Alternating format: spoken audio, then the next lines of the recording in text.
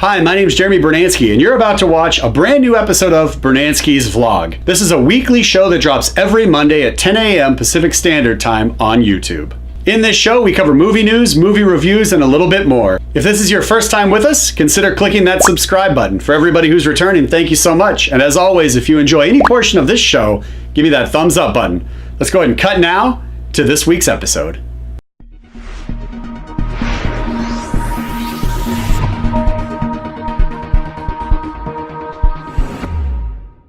Good morning. It's Monday morning, which means it's time for another episode of Brunansky's Vlog. This is episode 20. If this is your first time joining us, thank you so much. I hope you guys appreciate all the content we have to offer here on Brunansky's Vlog, because every Monday at 10 a.m. PST, we drop a brand new episode that covers movie news, movie reviews, and a little bit more. And if you're returning, thank you so much for joining us. And again, if at any point during this show you find yourself smiling, go ahead and give us that thumbs up. Also, for all you first-time visitors, if at any point you find yourself enjoying the content that we deliver, go ahead and consider clicking that subscribe button. That way you can keep up with all the content we drop all week long right here on this channel. All right, now we have a few things to cover this week. Now, we unfortunately don't have a news segment this week. I know with the holiday, it kind of messed up the filming schedule, and so we just didn't get around to being able to get that portion done. However, we were able to get out to the theater to see 3 different films this week. So we're actually gonna have 3 different movie reviews on this week's show. So if you have any interest in seeing the movie Coco, Bad Mom's Christmas, Daddy's Home 2, you're definitely gonna wanna stay and check out those reviews because they're gonna be dropping here in just a moment. We still have Certified Rad, plus what's coming out in theaters and DVD and Blu-ray after those reviews. So don't go away just because the reviews are done. All right, I don't wanna waste any more time on this intro. Let's just go ahead and get right into this week's episode. This is episode 20. You're watching Brunansky's Vlog. Now let's roll to those movie reviews.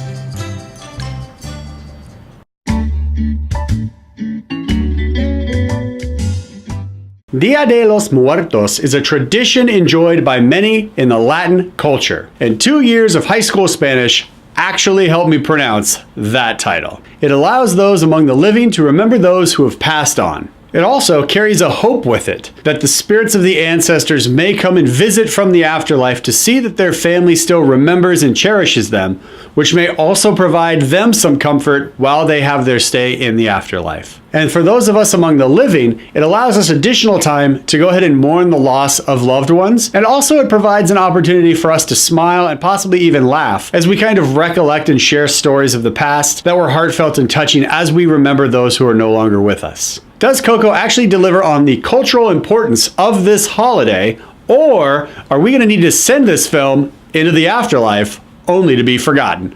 Let's dive in and take a look in this review. So you're going to notice as the story unfolds that this film is actually designed with 2 different types of visual aesthetics. Part of this film is vibrant and exciting. Part of this film is actually toned down. It's a bit more subdued. We have a lot of tans and browns and more pale colors. And that, surprisingly, is actually the land of the living. Once we cross over the threshold and we move into the land of the dead, exciting colors come alive with reds, greens, oranges, yellows, and because of the way they designed this film, it's actually easy for us as viewers to identify where we are in the story, because we can tell just by the color schemes and palettes, this is the land of the living, this is the land of the dead. The story is primarily about a boy who decides he wants to follow in the footsteps of his great-great-grandfather, who was a singer and guitar player. The great-great-grandfather actually decided to hit the road and lead life as a musician and performer, and he left the family entirely. So because of that hurt and because of that pain,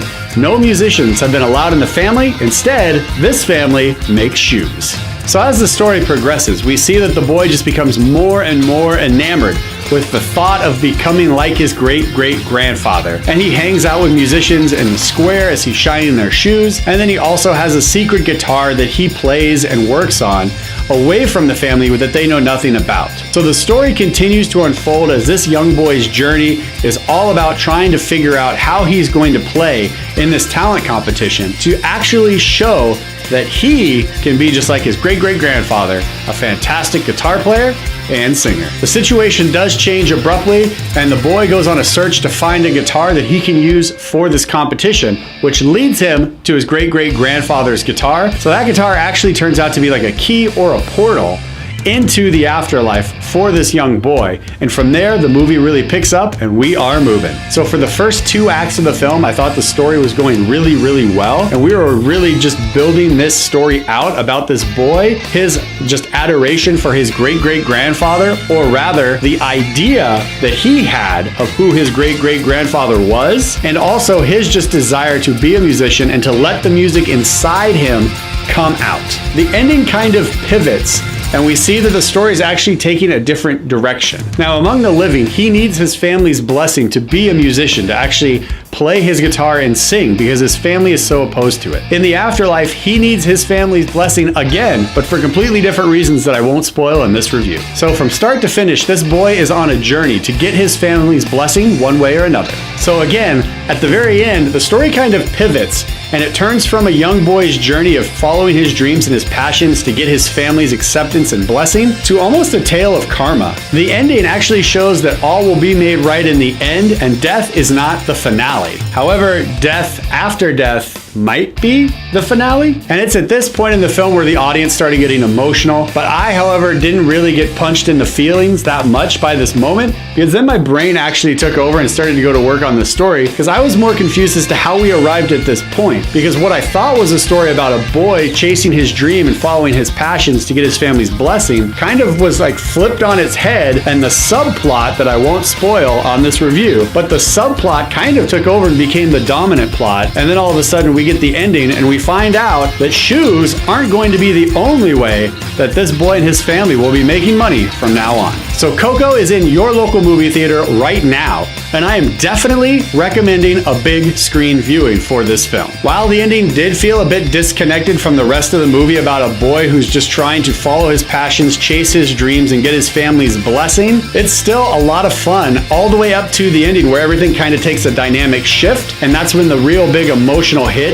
start to play. And just like Justice League, I feel this film actually had more story to tell than it could tell in the time allotted. And this review would not be complete if I didn't at least bring up the score and the new songs for this film. The music in this, not just the songs that they sing, but also the score that supports the scenes, is all fantastic. And finally, without giving any spoilers away, I wanted to make sure that you guys are able to draw your attention to one very specific factor in this film, and that is the visual design of Miguel, the hero of this story. And I wanted to make sure that I mention it so that your attention can be drawn to his visual design, because as he's going through this afterlife world, you actually see it transform and his body becomes almost like translucent. And the design of just his character alone is spectacular. Coco is at your local movie theater right now, and I'm definitely recommending that you guys get out and take your family to see this film this weekend. And because of that, Coco's getting at least one high five from this guy.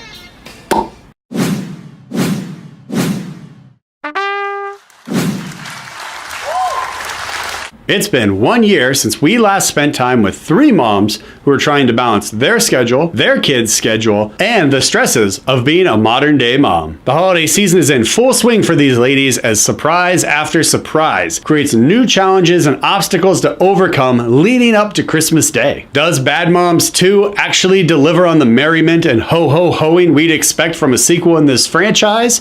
Or is this film going to get coal in its stockings? Let's dive in and take a look in this review. The story actually over-delivers on Christmas. And because of that, I was actually surprised that they released it as early as they did and not actually maybe like the weekend after Thanksgiving or the very first week in December, when there's really not that much competition at all as far as new box office is concerned. And had the release date been pushed back to something closer to the December mark, I think maybe this film would have gotten a little bit better reception, because there is so much Christmas and holiday cheer in this movie from beginning to end. It just makes more sense to me if they would have dropped it, like say this coming weekend. However, a delayed release date won't do much for a drab, predictable, and overly decadent Christmas story that goes off the rails. In fact, some of the moments where the ladies become completely unhinged were one of my biggest complaints in this film. The entire scene at the mall where the women are going crazy and they're just trying to burn off as much stress as they can from being a modern day mom almost felt out of place from the rest of the movie, and almost like it didn't even belong. So in the first film, they had that grocery store scene and everything like that, and I think they're just trying to carry that theme through to this movie. However, in the first movie, it actually kind of worked, and in this one, it just feels like it was shoved in, and they just wanted that for continuity's sake. That's not to say, though, that all the wild, crazy zaniness felt out of place. The scene where the girls are at the bar, and it's the Santa stripper dance-off, where they're just watching dudes dressed in Santa costumes dance provocatively. That scene actually worked in this movie, surprisingly, because it felt like that's something those characters would naturally do because of how the story evolved. But in all, the writing in this film really wasn't that great. Like I said, it is predictable. The jokes were very predictable. You could sense the joke coming. You knew what the setup was going to be. You knew what the punchline and the payoff would be. I personally didn't have that many laughs throughout this film. I actually suffered a little bit of eye fatigue because of how many times I rolled my eyes at the predictability of the story. Also, the majority of characters felt like caricatures. So if the three leading ladies all represent a specific personality type, their mothers actually over-amplify and over-exaggerate those personality types. So in all, this film felt like a 50-50 split between what characters would do and what the ideas of characters would do. And again, that's split between the three girls and their three moms, which surprisingly lent itself to another split of enjoyable on-screen interactions and terrible on-screen chemistry. A Bad Moms Christmas is playing at your local movie theater right now. And if you're a female who likes to drink and enjoys a girls' night out, then this might be a film that's right up your alley. You may want to bust out your cell phone and just hop into that group chat that you have with your girlfriends and just plan an evening where you're going to go out, grab some dinner and drinks, check this film out as just a girls' night out, and then go get some more drinks afterwards. Because I think some of the jokes and some of the story might land a little bit better for the ladies than the men. And in this film, I was literally the only man in my theater. I was surrounded by a theater full of women who laughed a lot more than I did. And then towards the end, when we actually go into discussions about what it means to be a mom and the sacrifices mothers make, it did actually get an emotional response from some of the ladies that were sitting on either side of me. So because of that reason, this film is gonna get at least one high five from this guy. Because while the jokes didn't necessarily land, I could tell by the females' reactions sitting on either side of me that the writers knew who their target demographic was and they wrote well for the people that they were trying to get into the theater, which you have to respect. A Bad Moms Christmas is playing at your local movie theater right now. Gentlemen, you have been warned. Enjoy the movie, ladies.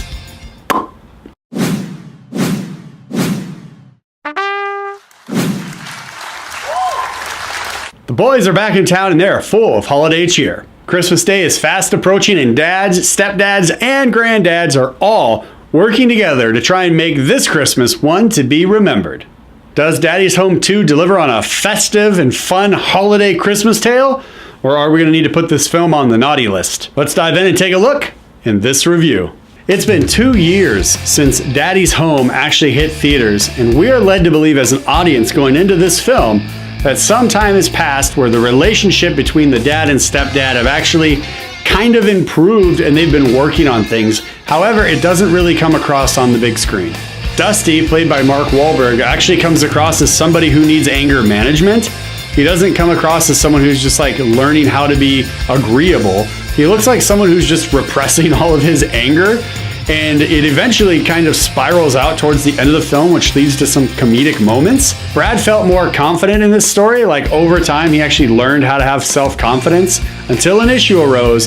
And as soon as there was any trouble or anything like that, we see him kind of scale back into insecurity like he did in the first one until it again eventually spirals out of control towards the end of the film, leading to some very comedic moments. In all, the two leads of this film didn't really feel like they had gelled that much in the time between films. However, they did get along better and their on-screen chemistry was better in this movie now that they've had a couple films together under their belts. This film also has so much Christmas in it that if you want a fun holiday story about dude parenting in the modern day world, this might be a fun film to check out and laugh in a room full of strangers. There's also no shortage of Christmas tropes in this movie, so if you enjoy holiday movies, you will definitely enjoy all these little like callbacks to other Christmas films. For example, Christmas light decorating gone awry, wandering through the wilderness trying to find a Christmas tree to cut down, and things go awry. A holiday musical song towards the end where we talk about the meaning and the spirit of Christmas. Also, a short PSA on how important it is to get out to the movies to see movies. and the power of film. Yes, you heard me right. A public service announcement about why people need to be at the movies and why people need to go to the theater to see films actually takes place in this film during the Christmas song near the end of the film. On a positive note, the on-screen chemistry between John Lithgow and Mel Gibson was fantastic. Halfway into this movie, I just sat there in the theater and I was like, I just want to see like these two guys do more films together, as a super nice and super innocent, charming guy, and then as a surly curmudgeon. Those two guys played off of each other so well, I was loving it. Also, no spoilers, by the end of the film, we do get to see that there might be a possibility for a spin-off film with just these two guys. I personally believe the writers just sat back and said, look, we're going to let you guys get to know these characters over the entirety of the film, and that way we didn't actually have to get a really big buildup of who these characters are before we meet them. And in all honesty, I'm actually fine if they just wanted to do like a short 30-minute clip before Daddy's Home 3, if they actually make a Daddy's Home 3. Similar to what Pixar does with the shorts, or what Marvel used to do with those one-shots, where you just get like a little bit of a story just condensed into 15 to 30 minutes. I would eat that up if it was Mel Gibson and John Lithgow going on a vacation together for just a short, brief period of time, and then Daddy's Home 3 started. And for all you wrestling fans out there, you will absolutely get to hear John Cena sing. That's right, you heard me correctly. John Cena gets on stage and actually belts out a Christmas tune along with Will Ferrell and Mark Wahlberg on a stage with a choir singing behind him. And it's just as ridiculous as it sounds, but in a good way. Daddy's Home 2 is playing at your local movie theater right now, and it's getting at least one high five from this guy, because when I walked into the movie, I had an expectation for how much I would laugh, and that expectation was just ever so slightly exceeded because of how well some of the jokes were delivered and written. Also, this film does a great job of reminding all of us not to just let anybody touch our thermostat. Daddy's Home 2 is playing at your local movie theater right now. Check it out.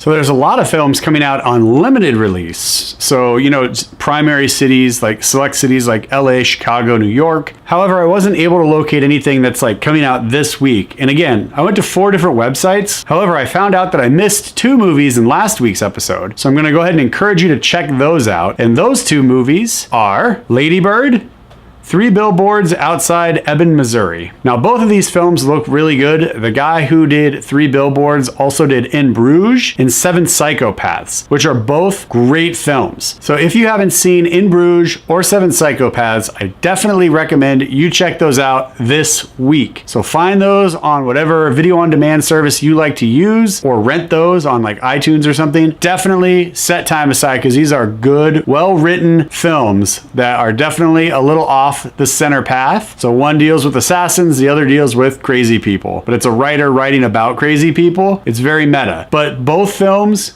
great stories. And as far as Lady Bird goes, I've been seeing a lot of really positive things online. It's like when you're scrolling through, you see like quick little headlines without having to click on the article, but you'll see like little headlines saying like positive reviews and stuff like that. So I'm excited to see Lady Bird. I've liked the trailers, and now that I finally got my movie pass, I'll definitely be able to check out more films to drop on this channel for reviews. All right, let's take a look at what's coming out on DVD and Blu-ray for your home theater this week. All right, coming out on DVD and Blu-ray, we have Rememory, Tulip Fever, Logan Lucky. Now, if you remember from a previous episode way back in the earlies, I don't remember which episode it was, but if you do, go ahead and throw that in the comments below as to what episode we talked about Rememory, because I did not actually think this is a legitimate movie.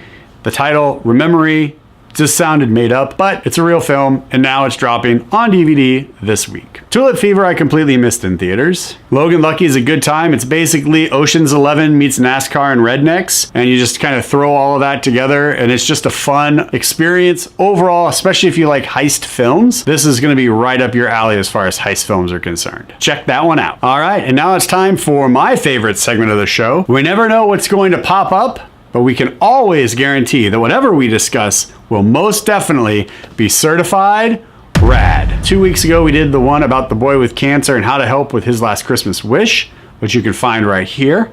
Now that is time sensitive, so if you haven't already fulfilled that and taken care of it, you may want to do that immediately. before it's too late. And then last week, I reached out to Jason Inman from DC All Access / DC Comics. And then also he has his Geek History Lesson podcast, as well as a number of other things that he's involved in, to get his permission to use a video for his comic drive for soldiers. And you can watch that video right here.